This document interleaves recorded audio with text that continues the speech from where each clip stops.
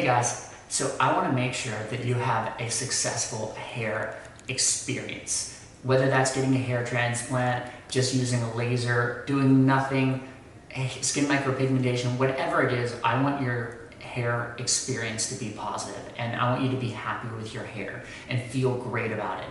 So a big part of that is having a hair plan, a hair transplant plan if you're going to get a transplant.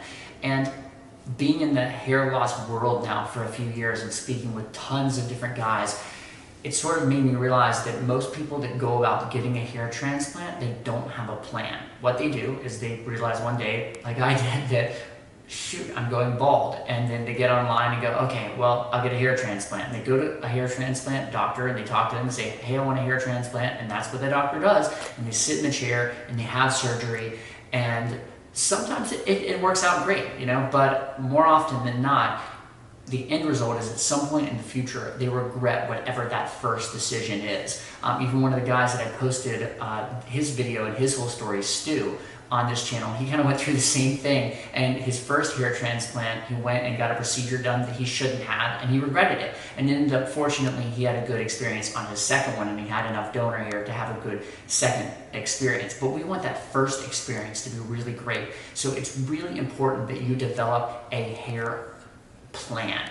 And it's important that you spend a lot of time talking to someone that can help you with that plan. And so that's why I tell people to give Steve a call, my friend, because he does that. He loves helping people develop a plan.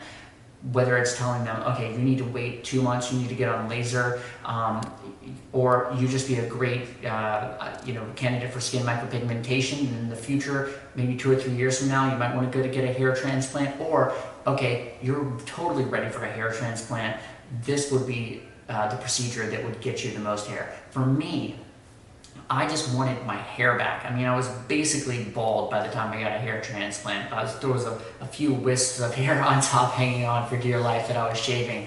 But I wanted a great hairline. I wanted, you know, a great result. And I was really fortunate that Steve put me on the right path to moving as much hair as possible. And I got as much hair as I possibly could move each one of my procedures so that I could look the way that I do now and be really happy with my hair and feel great about my hair. What do you do when you help people with these plans? You know, what does that consist of?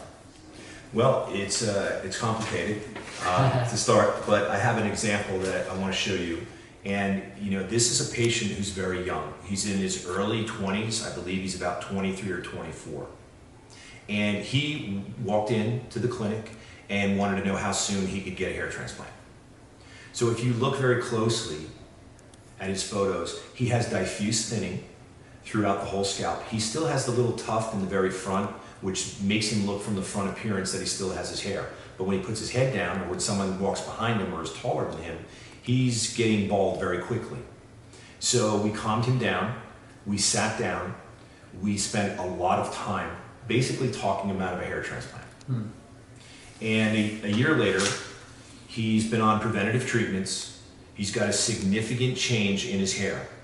He's got very little real estate left on his head that is thin. We got him set up on a preventative treatment. We held his hand. We took some baby steps.